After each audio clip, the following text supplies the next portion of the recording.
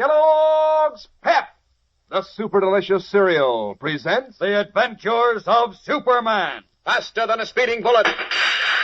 More powerful than a locomotive. Able to leap tall buildings at a single bound. Look, up in the sky. It's a bird. It's a plane. It's Superman. Making deadly use of a small piece of kryptonite, the strange green glowing metallic substance that robs Superman of all his strength and power, the half-crazed but brilliant Nazi scientist known as Der Teufel, the Devil, created a human monster he has called the Atom Man, in whose veins flows a solution of the kryptonite capable of developing enough atomic energy to destroy anything in its path, including Superman. Posing as Henry Miller, Heinrich Milch, the young American-educated Nazi who has been given this unlimited power, came to America under Teufel's orders, and at this very moment is applying for a job at the Daily Planet in order to make contact with Superman.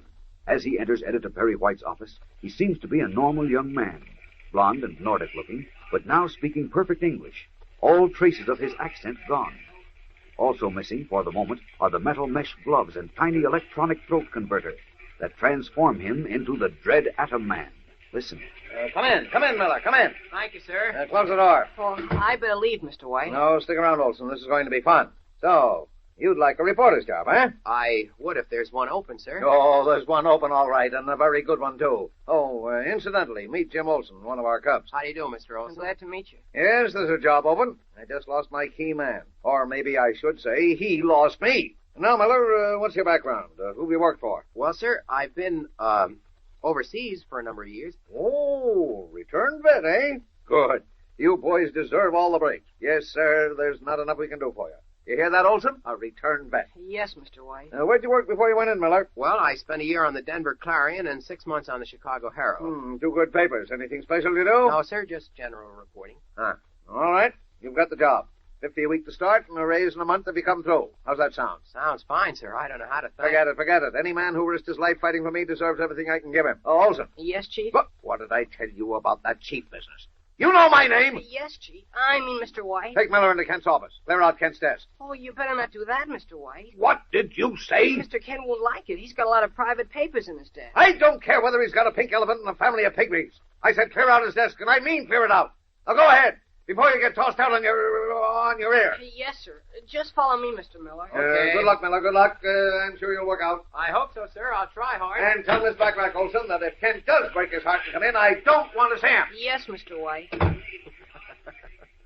Mr. White seems to have quite a temper. Yeah, but his bark is worse than his bite. I'll show you Mr. Kent's office, but if I were you, I wouldn't clear out the desk until Mr. Kent gets back. It's over this way. Who is this Kent fella? What does he do, go on 3-day drunks? Oh, are you kidding? Why, Kent wouldn't touch a drink with a 10-foot pole. He doesn't smoke either. He's the best reporter on the paper. The best in the country. Then how come he never shows up? Well, he shows up. Right now he's out on a big story, I guess. Here's his office. Not bad. I'm going to like this job. Oh, don't be too sure. What do you mean? Well, Mr. White's okay, but he can run you ragged sometimes. I started here as a copy boy, and I know. You gotta be able to move as fast as Superman sometimes. Did you say Superman? Yeah, and that's no joke. No, Superman is hardly a joke. I understand that you have, some contact with him here at the Daily Planet. Oh, who told you that? I don't remember now. Is it true? Well, sort of. Does he actually wear a blue costume and a red cape? Or haven't you ever seen him? Oh, I've seen him all right, plenty of times. Sure he does. How would you contact him if you needed him? Well, you better ask Miss Lane that question. Miss Lane? Mm-hmm, Lois Lane. She's our star girl reporter. I think you ought to meet her. She's in this next office. Come in. Hi, Jim. Hi, Miss Lane. I'd like you to meet Mr. Miller, a new reporter Mr. White just hired. Well, welcome to the Daily Planet, Mr. Miller. How do you do? Jim, please close that door, will you? Oh, sure. The racket of those typewriters just about drives me crazy. Thanks, Jim. Well, so you've joined the ranks. Is that it, Mr. Miller? The Deadline Fraternity. Perry White's trained seals. Is it as bad as all that? No, not really. We take a beating, but we have a lot of fun. Right, Jim? Huh? Oh, yeah, sure. Well, what's eating you, James? Oh, me? Uh-huh. Why, nothing. Oh, now, come on. I know that down in the mouth. Olson, look. What is it? Mr. Miller is taking Mr. Kent's place. Oh, that's fine. I'm off What did you say? Mr. Kent's been fired. Mr. Miller is taking his place. Who said so? The chief, Mr. White. Oh, the chief. For a minute you had me worried. By this time, Jim, you ought to know better than to take the little Napoleon at his word. Both Clark and I have been fired at least 15 times in the last year. Is that so? But this time it's for keeps. Oh, nonsense, Jim. I tell you, Miss Lane, this time Mr. White means it. Don't worry, Jim. The minute Clark sticks his nose in that door, it'll be all... What's going to happen the minute I stick my nose in the door? Oh, Mr. Kent. Hi, Jim. Clark, you're in trouble. Meet Mr. Miller, the man who's taking your place on the paper. Huh? Clark, I'm talking to you. This is Mr. Miller. Clark. Dazed, as though someone had suddenly cut him across the face with a whip, Clark Kent, almost a little frightened, feels a strange weakness creeping over him as the solution of kryptonite in Henry Miller's veins begins to take some effect, even without the metal mesh gloves and the electronic converter. This is the first meeting of the Atom Man and Superman, although neither is aware of the other's true identity.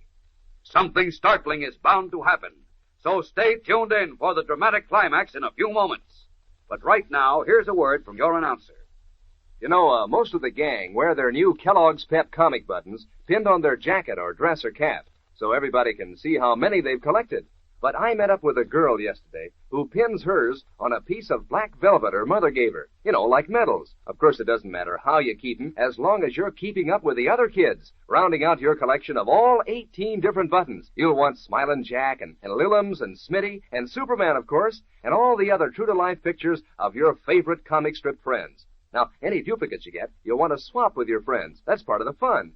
And it's also fun to compare notes and see who's got the most different buttons every day. So don't miss out, gang. Get to work on your collection right away. Ask Mom to get you a package of that super delicious Kellogg's Pep, because that's the only way you can get these new comic buttons. You don't send in any money, not even a box top. You can't buy them anywhere. But inside every package of Pep, there's a swell prize, one of these brand new colorful comic buttons, or a military insignia or warplane button.